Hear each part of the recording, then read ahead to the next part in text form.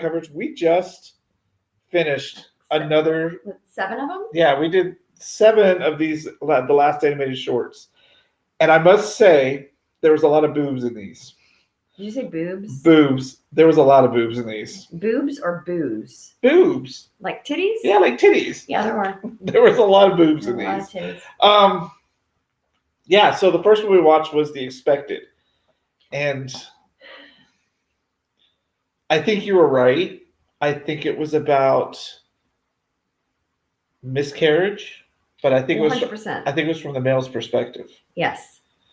So it's a stop motion about this woman in the bathtub, and her husband's walking around, and she, I guess, has a miscarriage in the bathtub. Her whole body deflates. Yeah. And it's like the mundane task this guy just keeps going through every day. Yeah, while trying to tend to her, and she remains deflated for the rest of the piece. And I kind of like from his perspective, that could be what his partner looked like just deflated and defeated.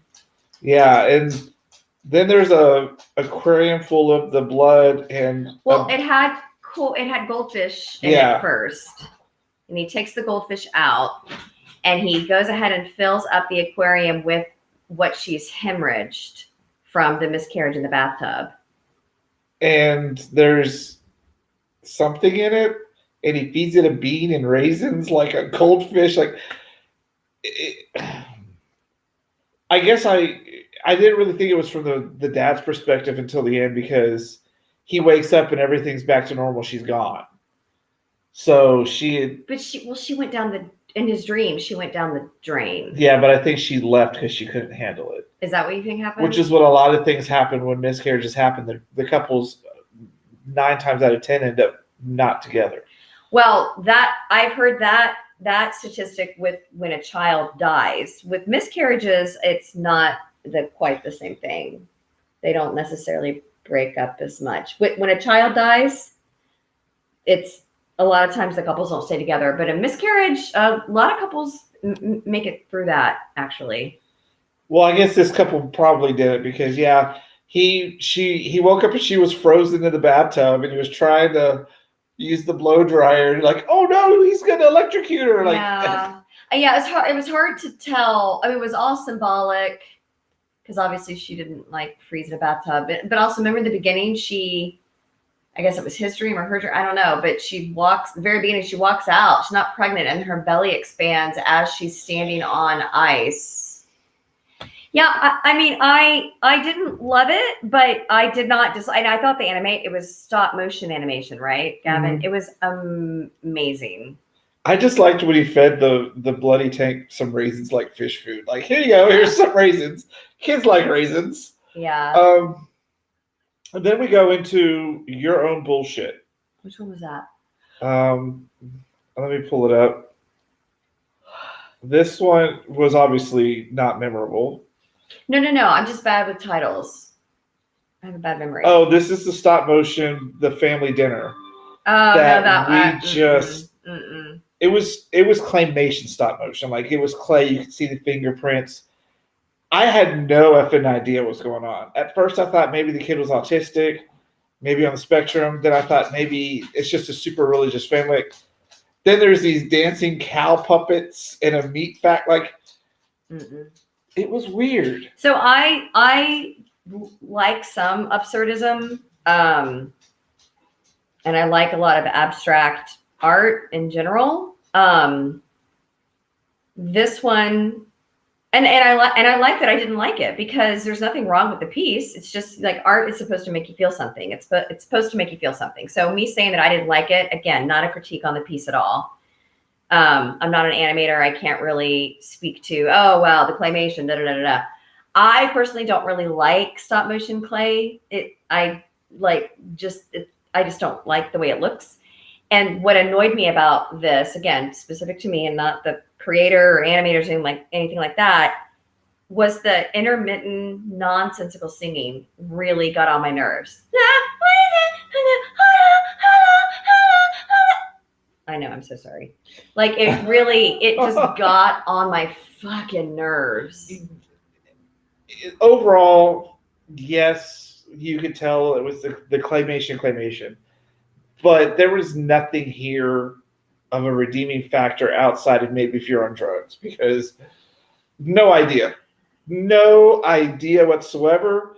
So we're going to go to the next one, which we had perfect ideas of, Rendang of Death.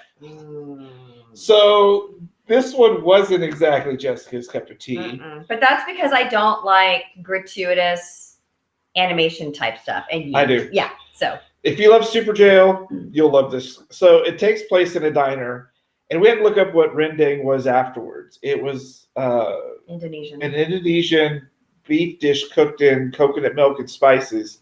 Sounds good. And it sounds really good. And it's the last one. And so they go into this like over the top, like battle royale, the entire restaurant. Like a lizard comes through the window and eats somebody. It's nasty. Like it's insanely funny to me.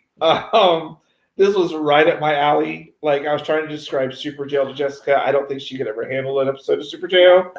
Not my thing. And it was hilarious because then the old man comes out at the end and goes, "Oh, there must have been another death match, but I got a new batch of this now." And everyone's all back to happy, and then there turned out to be one left after that. And there was like that whole hilarious. Like it threw everything in there. Every single weird ass thing you could think of. People being turned into magazines, coming out of portals on motorbikes. Like the lizard literally coming in and eating the guy. Like it was just super crazy. Yeah, I know that you like that one. It's not my cup of tea, but again, that doesn't mean it was good or bad. I just didn't like it. Yeah. And then we go to Hold Me Tight. Which one was that? Which is like a chalk animation of, I thought it was two lesbian werecats to begin with. Oh, that one was interesting. No, it looked to me to be a male and a female, not. It becomes very clear that they're male-female, but they're very cat-like. Oh, yeah, super cat. Well, yeah, it might be part cat, actually. And it's just about them hooking up one time in the jungle, then running away. Yeah, one of them the male brings an offering to the female. Maybe that's possibly part of the mating ritual. He brings her a rabbit that he has hunted and killed. And they eat, they feast, they mate, and then they separate. So it was just kind of like an experience, I think, with these two cat-like creatures. I don't know what race it was. I mean, it was, I think, kind of a fantasy type thing. I thought the animation was really cool. Now, I wasn't crazy about it, but again, it's just not so much my thing, but I thought it was okay. Technically wise, yes. It was well done with that chalk animation style. So it was chalk. It looked like chalk, yeah. Yeah, that's pretty cool. And the color scheme, I love it because it was all red, blacks, dark blues. Yeah. Because it allowed them to show the intense emotions and feelings with like blood veins. Yes. And just water and things like that. So it made it, the color scheme it shows was really smart for this one to show how these things happen. But overall, at the end, I was like, eh. Yeah. And then we go to this kind of bizarre one, KKUM. What was that one? This was the one that was done. It was stop motion foam and styrofoam. Oh, that was interesting. And it was about a Korean guy talking about how his mom has these prophetic dreams that have always protected him. He's basically lived his life by the dreams his mother's had. Like, I don't know, it kind of seemed a little bit obsessive to me. Yeah, it was kind of weirdly obsessive, but I loved, because there's that texture to foam and styrofoam. And he did these weird, like, melty effects with it that would be in reverse of styrofoam, so you'd see it melt. Like, technically wise, it was beautiful, and I got it. Yeah. He was obsessed with his mom, and every big life event that happened in his life, his mom had a prophetic dream about, like just shortly before it happened. Mm-hmm. And it was just him talking about it and then animating what had happened. Right. I thought it was pretty interesting. Yeah, I did too. Single colors, like everything was just that color of foam. Yeah, like a grayish, blackish, off-whitish. And like I said, like there was this part where he was talking about, rebirthing himself after being like a little destructive ass child because of a dream.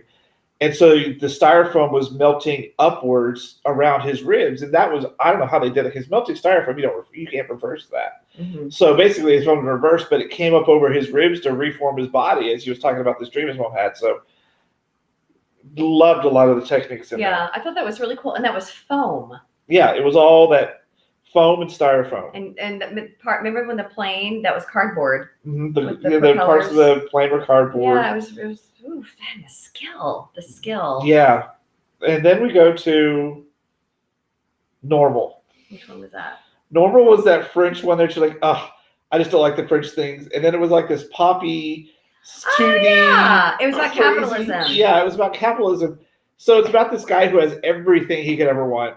And he ends up on this magic powder, which is literally called magic powder. He orders from Amazon. That just makes his life better, which is basically drugs. It was some kind of form of LSD. And then he gets mistakenly sent a book from, what's the guy's name? Karl Marx. Karl Marx. Karl Marx. And he gets mad and calls Amazon. He's like, I got a book by some dude who looks like Hagrid from Harry Potter. Where's my shipment? And it was Karl Marx. And then Karl Marx brings him a book, starts reading. So he starts reading about educating. Yeah, he starts educating the artist protagonist. This is what capitalism is. This is what it does. This is why it's hated. This is why it's loved. Yeah. So then he becomes an anarchist. Yeah, I actually thought it was pretty interesting. The way the artist told, I don't know if it's their viewpoint on capitalism or the way they think that it's viewed by the world, but I thought it was pretty cool. We had to talk about capitalism last night after we watched Oxy Kingpins, and it's funny that this follows that up because it was talking about the dangers and just great. It was this flat cutout paper style, this weird angles of things. It was kind of Art Deco-ish. It was very much. And then, again, the color palette worked brilliantly with this. Yeah. I had no idea where it was going. I ain't even gonna lie. I was watching. I was like, "Yeah, here we go to capitalism." Yeah, I thought it was pretty creative. Then we have two left. Oh, remember they had a Pac-Man ghost. Yeah, there was a Pac-Man. And there was a Pac-Man ghost, the Harry Potter reference, and what was the other thing that we saw? Wasn't there something else we were like, "Oh my God, that's I can't remember now." That was the last one. No, there was something. I know what you're talking about, but there was some. It doesn't matter. There was something else in there that we saw, but I like that there was a Pac-Man ghost in there. Yeah. So then we get to this really heavy one, which I think has my favorite quote from Jessica ever before it even started. Please let this be blasphemous. If I have to sit through 20 minutes of religion, please let it be blasphemous. But it wasn't 20 minutes of religion. It looked that way. This was called Naval Zombie, the musician. It was so good. It's done in that, I don't know how to describe it. It's that ancient painting style. Yeah, not Renaissance, medieval-esque. Well, the time period was Genghis Khan's reign of when he was specifically taking over Persia, which I believe is modern-day Iran. I should have Googled before I said that, but I think that's what it is. So this is about back in the day Persia, when Genghis Khan was on his reign of raping, pillaging, stealing, and conquering people and land for his own dynasty. And I don't know if dynasty is the right word, but that's the word that I used. And so it was about, hey, this thing happened, and the people of Persia are still really fucked up over it. And here's a story specifically to show you how fucked up they are. So the way I think this story was really brilliant was this old traveling musician goes to this castle to perform, and he's old, can't see very well, and he plays this music. And as he's playing this music, there's a woman who starts to remember when the invasion happened. Mm-hmm. And she was with her boyfriend who plays music. And it obviously, by this point, the man playing the music is that guy. It's their song, and she's remembering because it's her song. And she just becomes like, she keeps getting closer to him. And you see what happens. Because it's been like 40, 50 years. They're older. They're old as fuck. Wicked old. And so she sees it's him, and her captor, suitor, her husband, realizes what's going on because he's the one who took her. Yeah. And got his eye scratched out by the musician. Yeah, so the altercation was that this couple 50, 60 years ago were together, and it's not Genghis Khan. It's one of his people. It's Lineage. I don't know who it is, but it's Lineage. There's obviously an altercation, and the musician slashes the guy's face, and he of course kicks him off this mountain and grabs the woman. And so now we're seeing, because I thought that guy died, but obviously he becomes a professional musician, and the whole story is he's been hired by this kingdom to play music for the king. I don't know if he's called a king, ruler, emperor. I think it's emperor. Yeah. And so as Gavin says, the woman's remembering, and so obviously this whole thing happened between them years ago, and the king realizes what's going on. Yeah, he does. And he does some beta male shit. He does some beta male, alpha male. No, if you have to act that way, you're a beta male. Oh, I thought you were acting like an alpha male. Well, he tried, but he's just this awful person. Horrible. And just instead of killing him, decides to kick the guy out of the house. Yeah. And without paying him. I know, but then forces her to break her heart again by saying goodbye to him for the final time. Yeah, so she runs out and this broke my heart. He didn't even know it was her because he's blind at this point. He's blind because he gouged out his eyes in the altercation. You remember that? Yeah, because he slashed him. He went. Hide my eyes. You hit your eyes. He gouged out his eyes and kicked him off the cliff. Yeah. So the musician slashes the one eye, although his eye was fine. It healed. Yeah. He just had a scar. And then the emperor comes and pokes up with his eyes. So so he doesn't even know it's her. So she finds him at the very end, and then it's horrible. And it looks like the animation. The man is shaking. It looks like he's probably got like Parkinson's, and he's super hunched over. And when he realizes it's her, he's like, oh, and I died. And she has to back away. I died. Yeah, because she is a slave to that emperor's kingdom. Think they were married because he had the younger side piece now and was using that to torture her and let her go say goodbye. And when he finally, it was so sad. So he made his way back to their tree, and I think that's where he just died because he died in her memory. I hope he just died.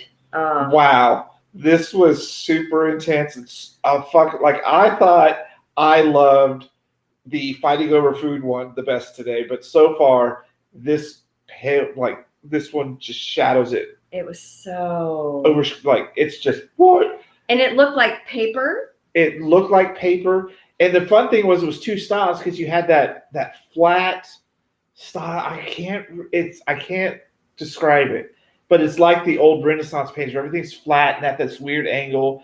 But the Persian side of it where they had the weird curves things, and then the flashbacks were like hand drawn shadow puppetry. Like you could see through the bodies, the arms moving, and the way they intertwined it as the music was playing, and she was remembering certain things that happened, and when they would chop off the head, the guy would drop the watermelons in the modern world, and they were blowing smoke was the smoke coming in from the fires and their advances. Wow, this is right up there with opera. Which one was it? Oh yeah, and stuffed. Yeah, so this one was really good.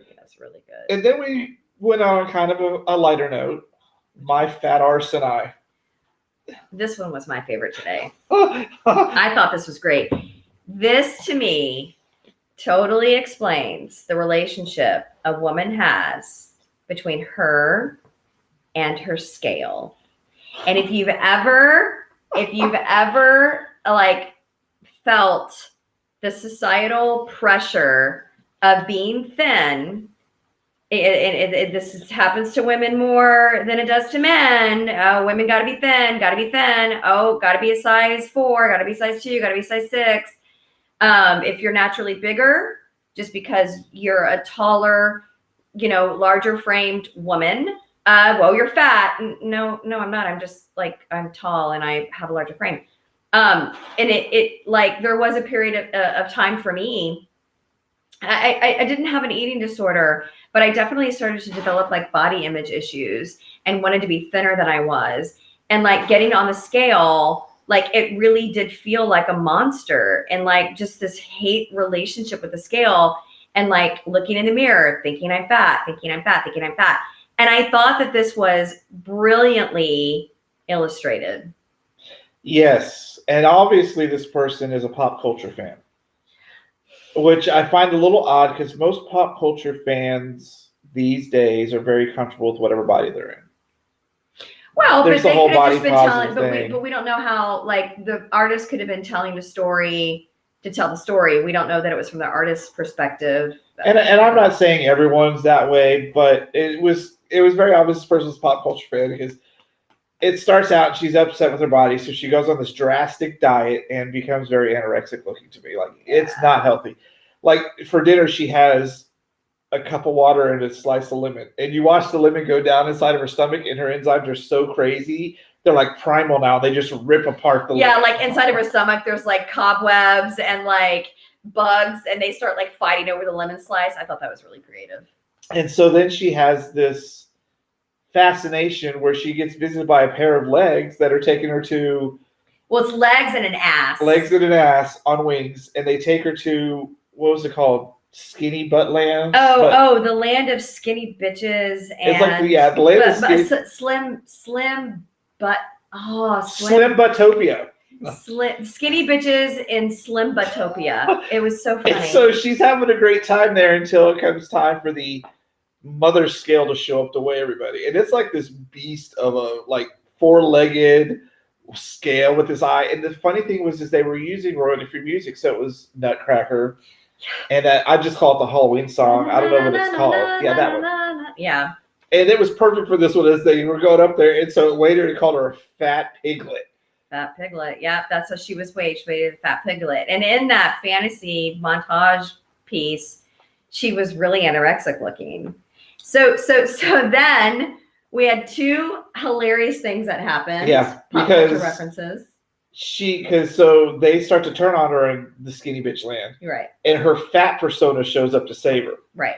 And then it goes into this badass Street Fighter game parody. I thought it was Mortal Kombat, and Gavin's like, it's Street Fighter. I'm like, oh my God, I'm in Street Fighter. That's so sad. I didn't know it was Street Fighter. And it's her skinny self and fat self fighting the scale monster. In a Street Fighter-esque animation style. Even the music, everything. And then the scale kicks their ass. Yeah. And they do the Dragon Ball fusion thing. Yeah. And then something very specific happened and said, they're going Sailor Moon. And they went Sailor Moon. And they went fucking Sailor Moon. It was so great. And it was awesome. It was really, really, really creative. And they come back and they kick the scale's ass. And that, like, that's what saved her, is that, you know, by the power of Sailor Moon, her skinny self and her fat self reconciled and had this beautiful hug.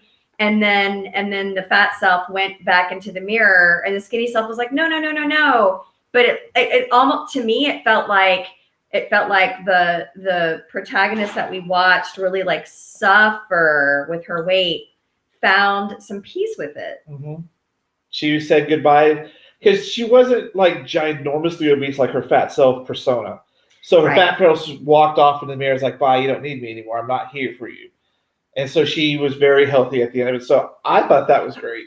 I loved it. And how interesting. It was all like yellow and dark blue. Yeah, it was a two-color color scheme. Which let you really get involved with it. And it was all like pen drawn and just great. It was great. Super creative. And with that, we are finished with our second set of movies now. The fourth day we have finished Midnight Shorts and Animated Shorts. That's it. What are we going to do? Well, tonight we're going to watch The Spine of Night. Yeah. Because we've both got things to do this evening. And tomorrow we're just going to watch a couple movies, a bunch of documentary shorts. We're going to watch a bunch more stuff tomorrow. And then I'm going to call it quits tomorrow. I think 5 days of covering this shit should be good. Well, tomorrow it's over. Technically it's over. They're going to leave some things online for us to watch afterwards. Okay. So that's why I'm not been too much of a rush to go, but I know we want to get through. Yeah. So yeah, I love the body positivity image of the last one a lot. Oh, me too. And just they're going to go Sailor Moon. If I were a teacher, I would show this to a girls class. I would show this to be like, look, high schoolers, this is the high school's all. I mean, I'm not. When I was in high school, maybe it's not this. Maybe now with the current generation, maybe there's now more body positive going on because I don't see as much in the media about the power to be thin. I see more about accept yourself as you are and love everyone, all shapes and sizes, all everything. But I still think that there is like it's a very thin, obsessed society that we're still in, and I would love to show this to young girls and be like, y'all. I don't think it's just young girls. I think everyone needs to see it because sure. No one ever talks about the male side of things, that ridiculous standard that's put on males as well. Mm-hmm. So I think everyone needs to see something like this. I'm sorry, I wasn't trying to be inclusive. Just because it's a female. Yeah, no, because females have it the worst. Sure. The absolute worst, and high school's always evil. Doesn't matter how far you come along, high school is the worst possible place. Yeah, it's pretty bad. But yeah, everybody would benefit from it. Every single person should benefit from it. Because it's about pressure to have a certain body image. In this animation, it's the pressure for her to feel and look thin, but you can apply it to any group of people that feels that they have to look a certain way based on societal pressure. Yeah, I hate societal pressure. I hate a lot of things. This better be blasphemous. Man, if I have to sit through 20 minutes of religion, this better be blasphemous. And that is not at all what we got from that musician one. No. So yeah. All right, so that's it for this afternoon. We'll be back later tonight after we watch The Spine of Night, which I am not even sure if you're going to be able to make it through. It's super violent animation. Yeah. Is it anime? It's animation. It's not anime. No. I mean, I'll try. I'll try. Yeah, get as far as you can because we're going to talk about it. Okay. And then see what you think because well, and I'm going in person to a South by Southwest thing tonight. Yeah, I think I mentioned it last night. That. Yeah, you talked a little bit about the Data Geek last night. Yeah. You'll talk about it tonight afterwards when you come back in. And also what we somewhat watched last night, we'll do a recap of that as well. Because you want to talk about the Summit Boat. Yeah. Yeah. And I saw Stacey Abrams, and that was amazing. Yeah. So that's it. We'll be back later tonight. Thank you, guys.